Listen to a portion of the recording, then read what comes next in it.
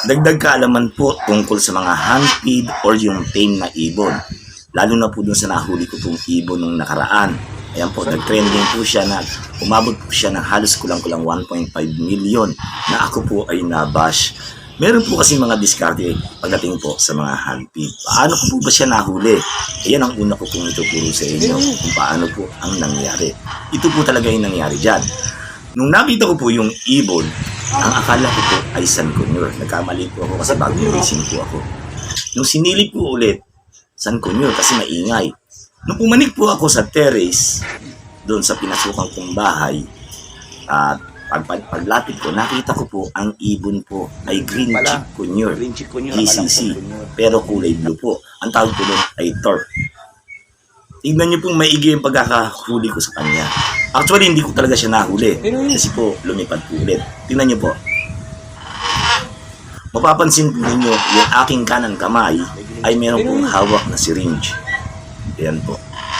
Yung pong syringe na yan, yun po yung nagdadala para mahuli po ang isang ibon. Kasi po ang isa pong handpid na ibon, ginagamitan po yan ng syringe. Lahat po ng nag-aalaga po ng ibon ay gumagamit po ng syringe. Kaya nung nalaman ko may ibon sa labas, nagbaka sakali na po ako, nagdala na po agad ako ng syringe. Kasi parot daw. Nakita niyo po bakit siya lumapit? Kasi nakita niya may hawak ng syringe. Ang akala niya kakain na siya. Ngayon ang sabi naman, hindi raw po lalapit yan sa ibang tao. Hindi po totoo yun. Lalapit po yan kahit kanino. Kasi po ang isang ibon na tame at nagutom, wala po siyang makakainan. Hindi siya pwedeng kumain sa wild. Kasi hindi siya sanay. Nakita niyo naman po, nabash ako dyan ng gusto. Hindi nila alam ang discard. Tagal na po akong nagko-content, pero wala po kayong makikita sa akin na Green Cheek Conyor na Torp. Ayan po, matagal na po ako nagko-content. Wala po kayong makikita sa akin na GCC na Torp. Kaya, hindi po talaga sa akin yon. Basahin niyo po yung mga comment nila. Halatang wala po silang alam sa pag-iibon.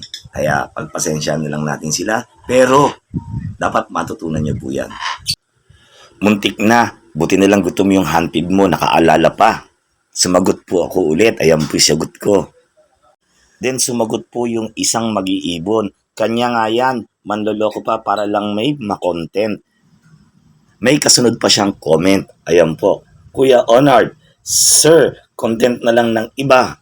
Yung mga nag-aalaga ng handpid, hindi mo maloloko ng basta-basta. Grabe. Ito pa isang matinding comment.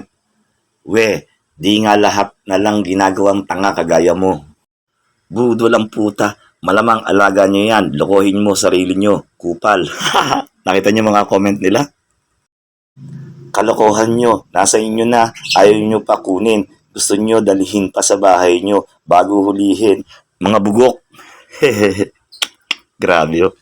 Then nag-comment po yung owner ng ibon, si Robertito Marquez. Maraming salamat Kuya Honard sa pag-rescue ng ibon kong si Roblin. God bless you and more power. Mabuhay ka.